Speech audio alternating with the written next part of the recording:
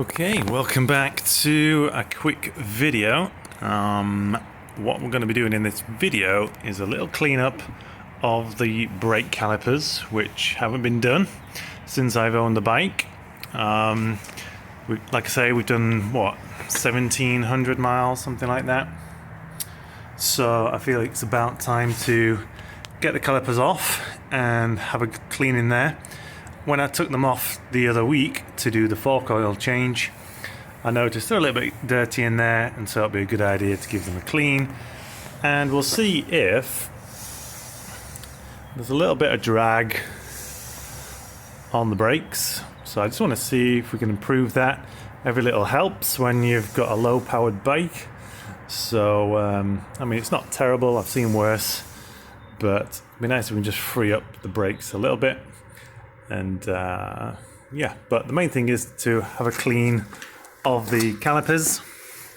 So we'll get these off and we'll go through how we're going to clean the internals of the calipers and a few steps and do's and don'ts along the way. So stick around and we're going to do that. We're probably also going to be adjusting the chain, which I think it's about time to do as well on that. So yeah, just a couple of small jobs really. Okay, so I've just pulled the ABS sensor out of the way and the little bracket that holds onto, and we've got the caliper bolts out, so the caliper is ready to be released. And a quick tip to make your life easy: if you just pull it loose a little bit and then twist the whole caliper body a little bit, that will push the pads back a tiny bit, and then it's free, nice and loose to come off. I'm just going to loosen up this bracket. I can do that with one hand. Let's try. A little bit finicky. No, I can't. Alright, well, I'm pulling this off and then we'll have a look at taking the brake pads out. Alright, so we got that clip undone, and now we're looking inside the brake calipers, and you can get an idea. I'm not sure the lighting's very good, but we've got a bit of grit and grime going on in here, so we're going to get that sorted out. And we have to, sorry about that alarm, we have to pull a little retainer pin out from there, and then we can get the brake pads out. Okay, so I just rotated that retainer pin clip a little bit, and now I'm going to get a screwdriver through that hole and prise it out. Let's see if I can do this with one hand or not. No. So basically, screwdriver in there and then pull it out. And there are two clips to be removed, and then you can push the pin through the body of the caliper. And then everything pretty much folds out in your hand, and then we are left with our brake caliper looking like this. So, next step is to make up a cleaning solution. We're probably going to pump the brakes a little bit to try and push these pistons out so that we can see exactly where the dirt goes, and then we can clean it all off nicely. Okay, so for cleaning the calipers, we're going to use a motorcycle cleaner. We have to be very careful when we're washing the calipers to not affect the rubber seals that go around those pistons. We don't want them swelling up because that will restrict the movement of the pistons. So, using a motorcycle cleaner, which is designed to make sure it doesn't affect any of the delicate items of our bike, is a good idea. Now what I'm going to do is just mix up, I don't know, maybe 4 ounces, 3 ounces, something like that, of the cleaner, and then top up the rest with hot water. So then we've got even a more diluted solution to make sure we do not affect in any way those caliper seals. So I'm going to mix that up, and then we'll be ready to start brushing away.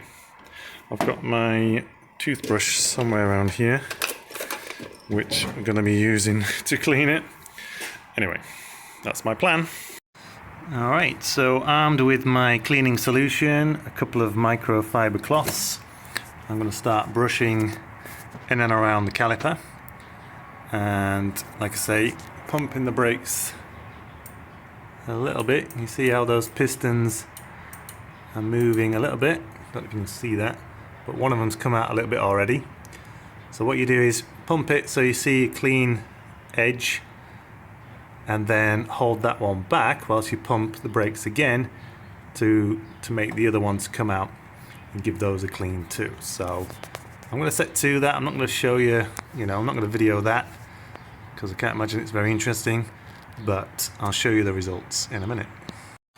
Okay, so after an initial clean and then pumping the brakes a little bit, you can see the very clearly defined line where the grit has got onto the pistons. So that's what we're trying to aim for, to pump them out so that we can see that line and then clean it, and then as we push them back in, we know that we've cleaned all the surfaces that are exposed normally, and everything's nice and clean again. Okay, so you can see the difference we've made already with just a very quick clean with a toothbrush. What I am waiting for, I'm rushing ahead a little bit with this video. There is caliper piston plier tools that you can buy that grip the inside of the pistons so that you can spin them. And spinning them reveals all the sides of the piston. Right now I can only see what I can get access to. But you can, in those top areas there where the caliper body hides it slightly, what we want to do is spin those pistons so that we can see all 360 degrees of the piston and give it a good clean. So I'm actually waiting on that plier. It should arrive tomorrow, so I'm actually going to finish cleaning that tomorrow with those pliers. I'll do the other side showing the use of the pliers as well.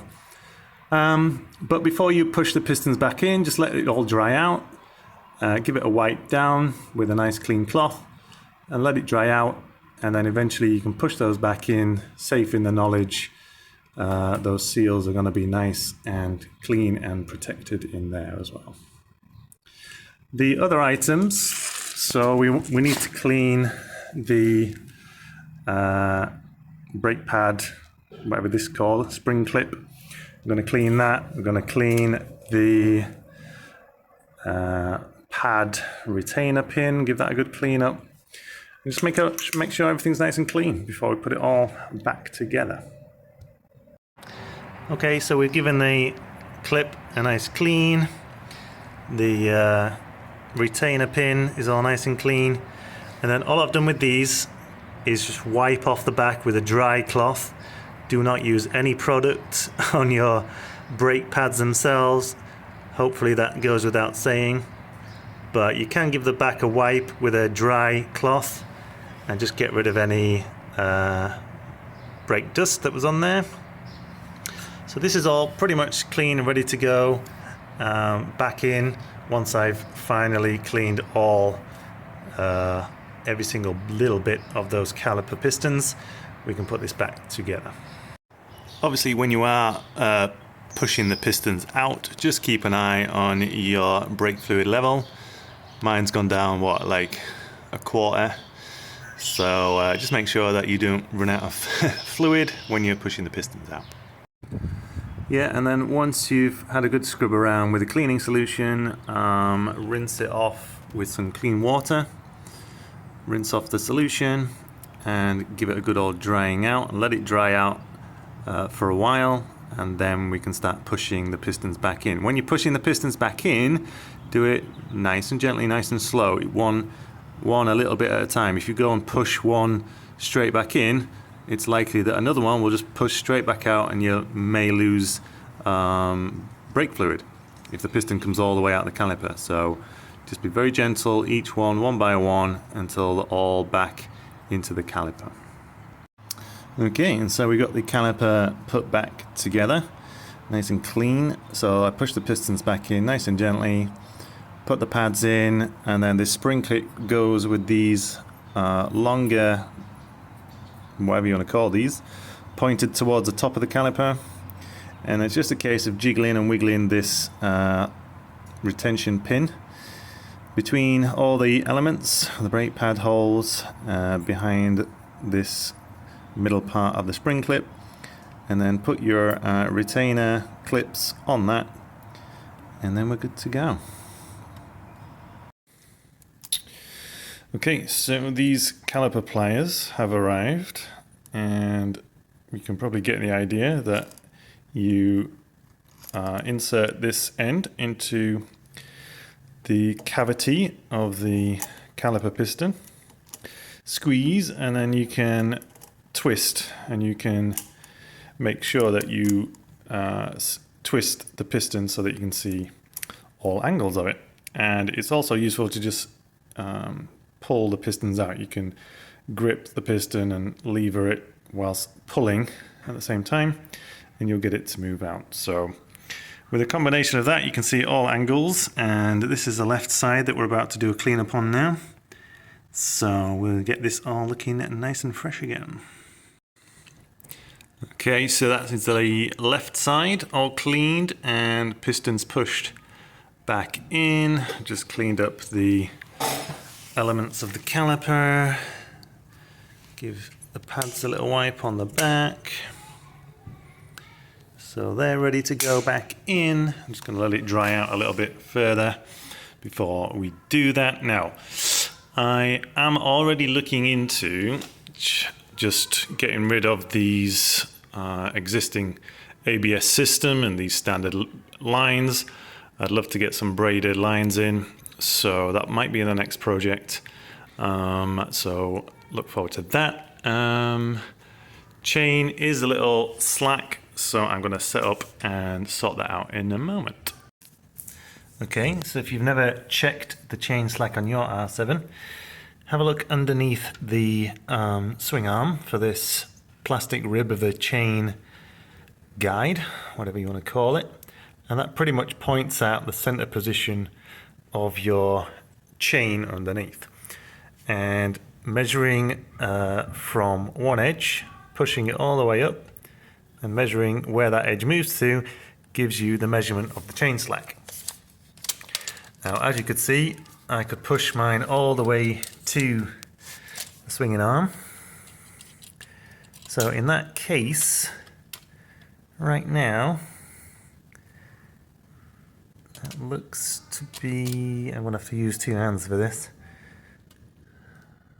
But if the chain is about 15 millimeters thick, and I go to 65, I've got right about maybe a little bit less than the 50 mil that you measure on the side stand.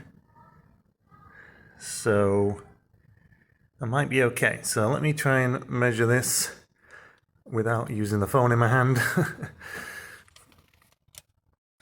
Okay, so it turns out that my chain slack, as measured on the paddock stand, is right about where it needs to be. So bearing in mind that I've never adjusted it since having the bike, because as I say, it doesn't look like it needs it. I am just going to put on half a turn, just because we always know these chains get slacker from factory. I think it's about right, but it just looks and feels a little bit too much. So I'm going to take half a turn on the adjusters and then measure it again. Okay, so I put half a turn on the adjusters, made sure that both sides still line up on the markers, and I don't think it's made too much difference, obviously, with just a half a turn there, but it's just a bit of a comfort knowing that it's not going to be running too slack for the next season. Tightened up the torque, 110 Newton meters. I think spec is like 108 Newton meters.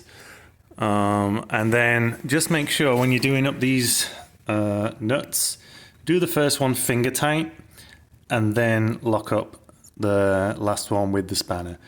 I've seen so many of these end plates get smashed up because they seem to be they don't seem to be the strongest things in the world, and if they've got a load on them, it seems like some of them are shattering out there. So to avoid that, I'm just doing mine finger tight on the first nut and then fully tight, and then hold that one with a spanner, tighten up the last one. And again, make sure you've already tightened this one up to spec before you even tighten up these ones, okay? And then the front left caliper is now all back in and complete and looking nice and shiny and fresh.